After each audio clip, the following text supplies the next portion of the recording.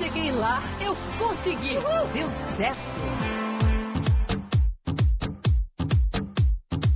O desafio Band News Informa já terminou. Dos nossos 5 ouvintes, 4 conseguiram abandonar o cigarro, mas esse tema é sempre muito empolgante. Por isso, vamos apresentar um ouvinte que conseguiu, que deixou o vício lá pra trás e já faz algum tempo. É o Ednei Pacheco, técnico em informática, ouvinte da Band News FM. Tudo jóia, Ednei? Tudo bem. Nesse ano, você comemora 10 anos sem colocar um cigarrinho sequer na boca e ainda ostenta no currículo diversas provas de rua, maratonas, inclusive. Como era a sua vida 10 anos atrás, quando você fumava? Quando eu fumava, eu trabalhava o dia inteiro, praticamente 8 a 10 horas por dia. Naquele tempo eu tinha carro, ia de carro para o trabalho, voltava e fumava muito, né? Fumava até 2 maços por dia. Depois de 11 anos de tabagismo, né? Eu resolvi abandonar o cigarro. Foi meio difícil, eu fiquei mais ou menos 1 ano e meio tentando largar. Houve algum episódio que foi a gota d'água, foi marcante para você, assim, largar definitivamente, tipo assim, nunca mais bota a mão no cigarro? Foi uma coisa que eu vi que me deixou assim meio perplexo, porque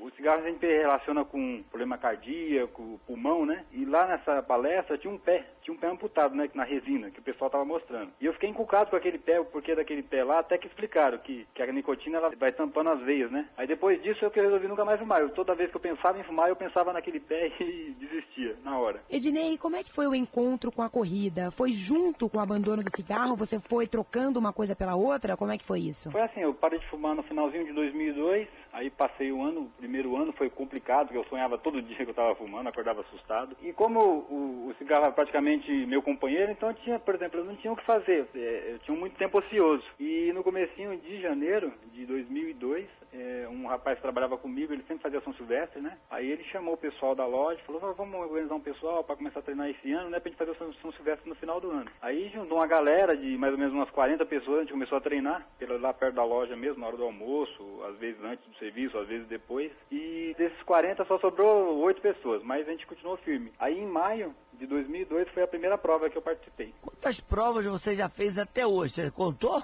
Puxa, eu conto, até o 5º ano eu contei, depois disso eu já não consigo contar mais. Mas só esse ano eu já tenho 22 já. E rapaz, vou te dar uma bronca, cara, é prova demais, hein? Tem alguma preferida, Ednei? Bom, aqui não pode faltar no currículo, São Silvestre, né? Uma meia, uma maratona e a Gonzaguinha. Quer dizer que você sempre faz, todo ano, uma maratona, uma meia, a São Silvestre e a Gonzaguinha. Tudo bem, Marcos? Olha, até dá, né? Ele faz a São Silvestre, uma meia maratona, uma maratona. Acho que não precisa fazer 2 maratonas por ano. Acho que tem um calendário legal. Agora precisa fazer também prova todo final de semana, né? Eu larguei um vício e peguei outro. Você pegou outro vício, mas esse vício é muito melhor, tá? Esse vício que você tá é muito melhor. Esquece a bronca que eu te dei. Senão eu vou dar uma bronca em você, Marcos. Exatamente, ela também, né? Mas o que me motivou realmente a correr foi minha primeira corrida, quando eu cheguei lá foi até na USP, né? A USP é um palco de muitas provas. Eu cheguei lá, mais ou menos 8h30 da manhã, e todo aquele pessoal reunido, né? Eu nunca tinha visto aquilo.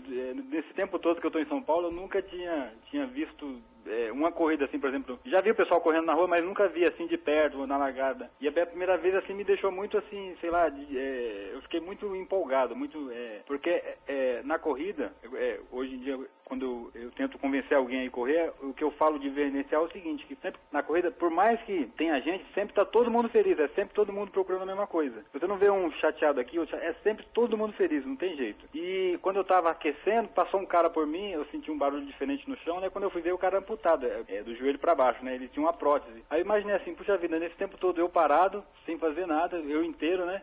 E o cara que é amputado correndo. Aí depois disso nunca mais eu larguei a corrida. Foi um vício mesmo. É bem importante isso que você falou, Ednei, porque as pessoas não têm ideia de como é o clima dessas provas, né? E são todas elas, e você relatando pra gente, acho que fica ainda mais claro. Às vezes eles duvidam aqui dos apresentadores, né, que ficam ali com aquele nhenhenhé de prova legal, o clima é bacana, e tem família, e tem cachorro, tem filho, tem mãe, mas é legal que tem um outro ouvinte, assim como eles, trazendo um pouquinho disso também. Eu queria que você deixasse uma mensagem para os outros ouvintes e principalmente para aqueles que fumam e ainda não se encorajaram e ainda não tiveram aquele despertar para não, eu vou parar de fumar agora. Que mensagem você pode dar, Ednei? Bom, o que eu posso dizer é o seguinte, é que às vezes, eu lembro quando eu fumava, o pessoal vinha me falar, não, porque você não para e tal, faz mal, né? E a gente sempre diz aquela coisa, não, quando eu quiser eu paro. Realmente o vício é meio complicado. E esporte realmente é vida.